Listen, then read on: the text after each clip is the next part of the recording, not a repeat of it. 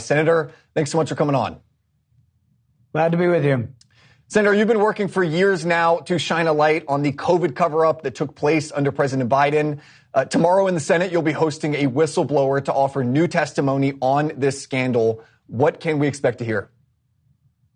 You know, one of the things we've heard for years is that when the different intelligence agencies investigated this, some of them thought it came from nature, some of them thought it came from a lab.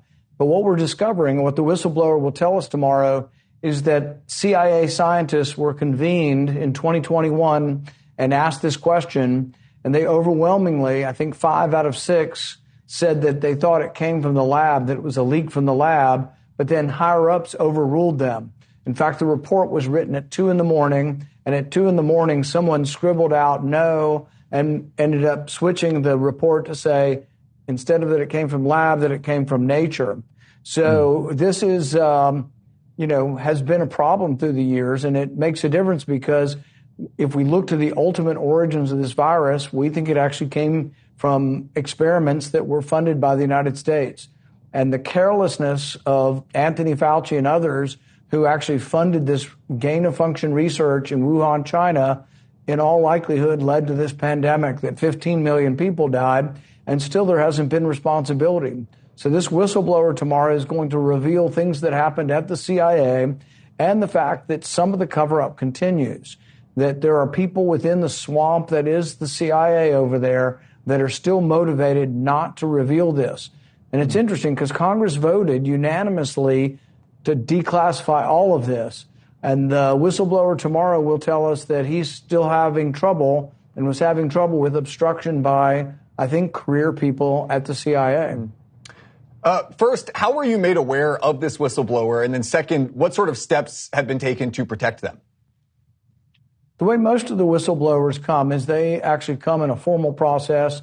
They come and say they have information. Fortunately, the government has some protections.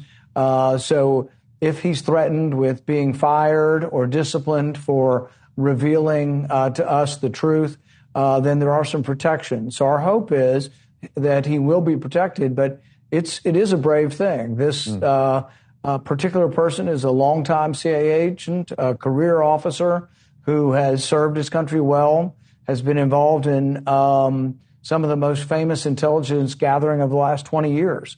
And I think he deserves to be listened to, but he's obviously concerned that the CIA is not listening to the people through Congress. We told him to declassify everything and give us information. And I know this for a fact because I'm the one asking for most of the information on this, and I know that I'm still being stymied. To give you an example of how bad this is, I'll give you a non-COVID example. The Church Committee was formed in the mid-1970s because of some of the abuses of Hoover on civil rights protesters and war protesters in the 1960s. They formed the Church Committee that reviewed all of these abuses.